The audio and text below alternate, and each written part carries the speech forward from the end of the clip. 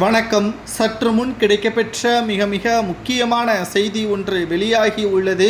எடப்பாடி பழனிசாமியை எதிர்த்து ஓபிஎஸ்ஸிற்கு ஆதரவை கொடுத்த அதிமுகவின் அவைத்தலைவர் தமிழ்மகன் உசைன் அவர்கள் பேசிய ஆடியோ சமூக வலைதளங்களில் வெளியாகி அதிமுகவில் மீண்டும் ஒரு பரபரப்பை ஏற்படுத்தியுள்ளது.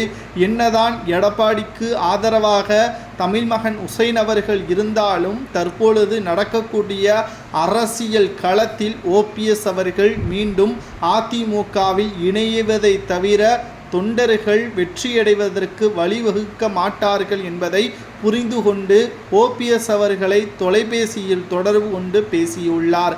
சமீபத்தில் நடந்த அண்ணா பல்கலைக்கழக மாணவி விவகாரமாக இருக்கட்டும், தமிழகத்தில் தொடர்ச்சியாக ஆளும் கட்சியான திமுக செய்த தவறுகள் அனைத்தும் அதிமுகவிற்கு சாதகமாக வந்து கொண்டிருக்கிறது. இது தேர்தலில் மிகப்பெரிய ஒரு மாற்றத்தை கொண்டு வரும். ஆனால் தமிழகத்தில் அதிமுக ஒற்றுமை இல்லாத காரணத்தினால் தொண்டர்கள் குழப்பத்திலும் இருக்கிறார்கள். அவர்களை ஒற்றுமையாக ஒரே தலைமையின் கீழ் கொண்டு செல்ல வேண்டும் என்றால் ஓபிஎஸ், வைத்திலிங்கம், மனோஜ் பாண்டியன் இவர்களை கட்சிக்குள் மீண்டும் கொண்டு வர வேண்டும். அப்போதுதான் அதிமுக வெற்றியடைய முடியும்.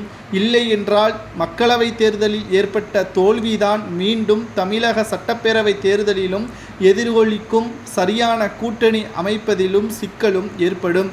கூட்டணி வைக்கக்கூடிய கட்சிகள் உங்களது கட்சி ஒற்றுமையாக இல்லை, இதனால் தொண்டர்கள் சரியாக வேலை செய்ய மாட்டார்கள், பணப்பிரச்சனைகள் வரும் என்பதை சுட்டிக்காட்டி தான் தற்பொழுது வரை கூட்டணிக்கு வராமல் காலதாமதம் செய்து கொண்டு இருக்கிறார்கள்.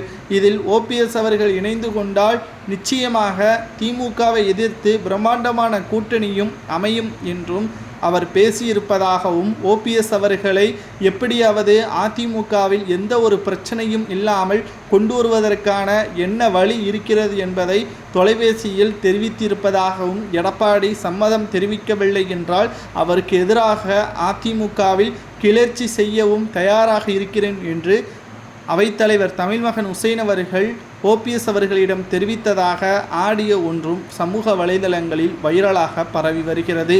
நிச்சயமாக அதிமுகவில் ஓபிஎஸ் தேவை என்பது சுயநலம் கிடையாது, பொதுநலம்தான். அவர் என்ன துரோகம் செய்தார் என்பதை எடப்பாடியால் இன்று வரை வெளியிடவில்லை. அப்பேற்பட்ட சூழலில் ஏன் அவரை ஒதுக்க வேண்டும்? அம்மாவால் அங்கீகரிக்கப்பட்ட ஓபிஎஸ்ஸை எடப்பாடி ஒதுக்குவது சரியில்லை. தொண்டர்கள் ஓபிஎஸ்ஸிற்கு பின்னால் ஏராளமானவர்கள் இருக்கிறார்கள் என்பதை மறந்துவிடக்கூடாது என்பதையும், ஓபிஎஸ் அவர்களுக்கு ஆதரவாக அவைத்தலைவர் கூறுவது சரியா தவறா என்பதை கூறுங்கள்.